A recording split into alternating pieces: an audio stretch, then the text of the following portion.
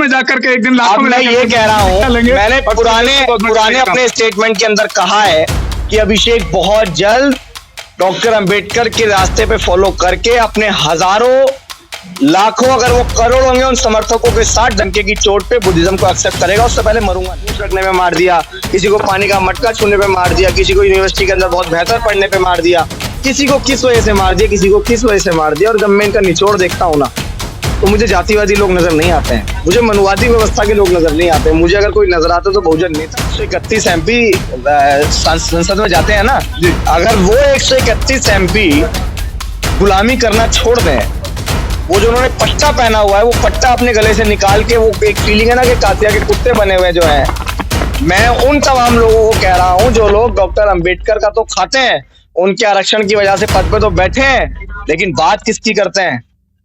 बात हम हैं सोशल मीडिया पर, अभी हमारे साथ में है अभिषेक जाटव भाई, जिनको डिटेन कर लिया गया है, नरेला थाने में है अभी। और इवन देन की इस तरह के डिटेन किया गया, धारा 144 के अंदर 4 आदमी से ऊपर अगर कहीं घूम रहे हो तब उनको उठाया जाता है।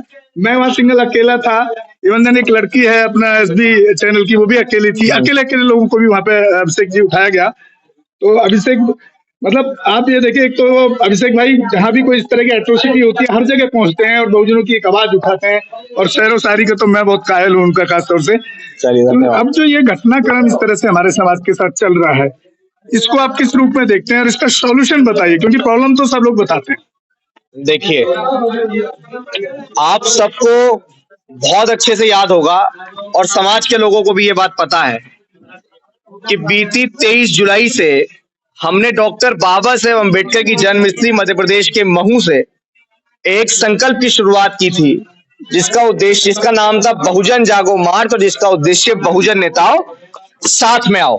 क्योंकि आज निरंतर हम लोग देख रहे हैं कि समाज के ऊपर अन्याय अत्याचार की घटना, सोशल एट्रोसिटीज की घटनाएं दिन ब दिन बढ़ती चली जा रही है। अगर मैं इन सबका आरोपी किसी को मानता हूं ना, अगर डॉक्टर रितु के साथ इस तरह का प्रकरण हुआ और तमाम लोगों के साथ देश भर में जो इस तरह के आंकड़े निकल के आते कि भाई ये जूस रखने में मार दिया, किसी को पानी का मटका छूने पे मार दिया, किसी को यूनिवर्सिटी के अंदर बहुत बेहतर पढ़ने पे मार दिया, किसी को किस वजह से मार दिया, किसी को किस वजह से मार दिया। और जब मैं इनका निचोड़ देखता हूँ ना, तो मुझे जातिवादी लोग नजर नहीं आते हैं, मुझे मनुवादी व्यवस्था के लोग नजर नहीं आते हैं। मुझे अगर कोई नजर आता तो बहुजन नेता नजर आते हैं, क्योंकि अगर वो चाहे तो एकजुट होकर शासन सत्ता को हासिल कर सकते हैं।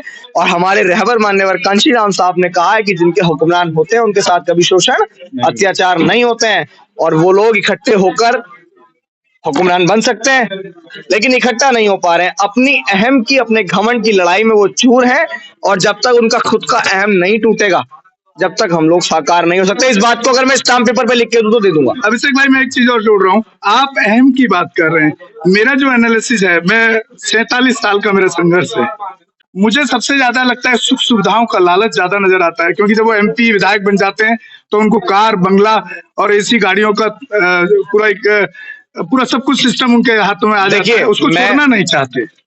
ये तो देखो, जब इस देश में राजनीतिक आरक्षण मिला, तो राजनीतिक आरक्षण मिलने के बाद 131 MP संसद में जाते हैं ना, अगर वो 131 MP गुलामी करना छोड़ दें, वो जो उन्होंने पट्टा पहना हुआ है वो पट्टा अपने गले से निकाल के, वो एक फीलिंग है ना कि कातिया के कुत्ते बने हुए जो हैं, मैं उन तमाम लोगों को कह रहा हूं जो लोग डॉक्टर अंबेडकर का तो खाते हैं, उनके आरक्षण की वजह से पद पे तो बैठे हैं, लेकिन बात किसकी करते हैं?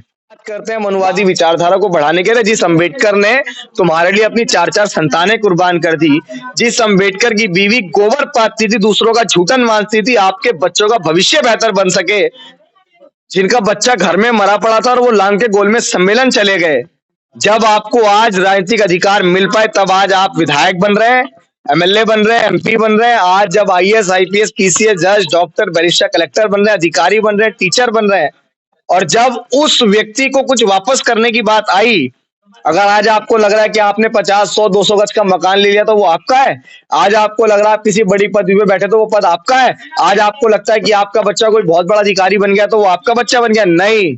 अगर आपका कोई भी 200, 300, 400, 500 गज का कोई प्लॉट है तो उस प्लॉट का मालिक अगर कोई है तो वो डॉक्टर अंबेडकर है।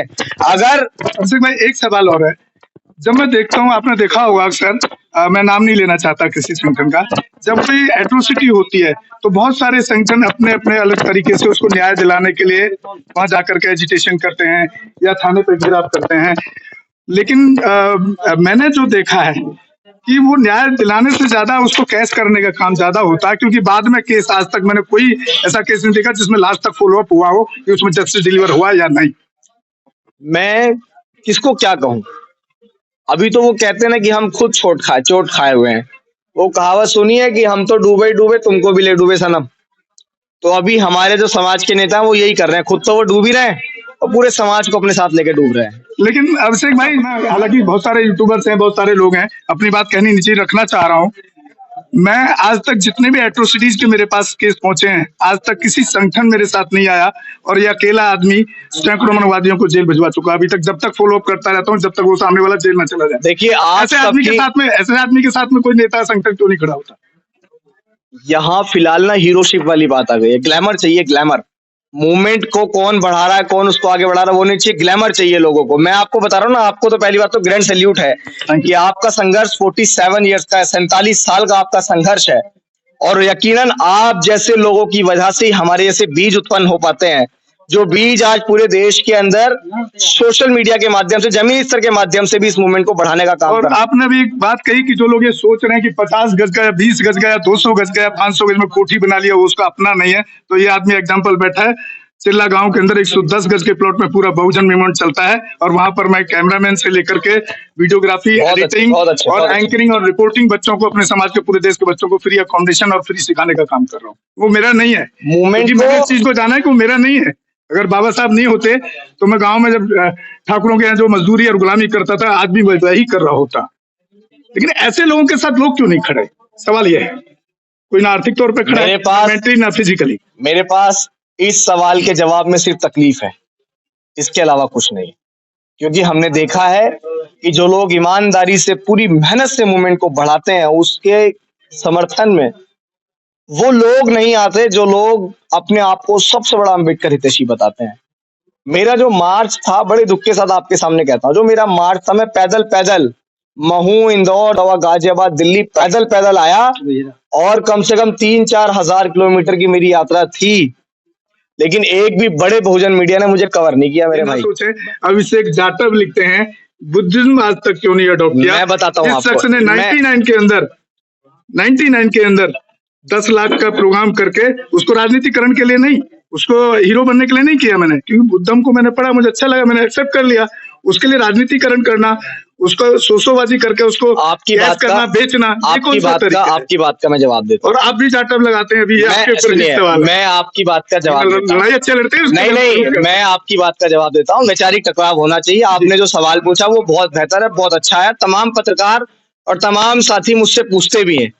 देखिए, मैं आपको बताता हूँ कि जब हम नादान थे, जब हमने टिकटॉक पे वीडियोस बनाना शुरू किया, हम नहीं जानते थे कि डॉक्टर अंबेडकर का मूवमेंट क्या है। बस ये जानते थे डॉक्टर अंबेडकर हमारे और जाटव कौम हमारी, हम जाटव शेर जी, वाल्मीकि शेर जी, और हम फलाना शेर जी, हम ढिकना शेर जी, यही होता था। तो हम भी उसी चीज में लग गए, हमने भी अपने नाम के पीछे जाटव लगा दिया। वो बाय डिफॉल्ट लगा, वो एक्सीडेंटल था, लगा लिया, जिसकी वजह से एक पहचान भी समाज के अंदर मिल गई। और तमाम लोग आज अभिषेक जाटव के नाम से पूरे देश के अंदर शायद ही मतलब ये डॉक्टर अंबेडकर की मूवमेंट की वजह से मैं उनका नाम लेता हूँ सिर्फ इसीलिए, शायद ही कोई नौजवान युवा जो डॉक्टर अंबेडकर के मिशन को फॉलो करता हो, मुझे ना जानता हो, ऐसा नहीं हो सकता है। अगर आज ये सब मुझे मिला तो इस मूवमेंट की वजह से मिला। मैंने जाटव शब्द लगाया, एहसास कब हुआ?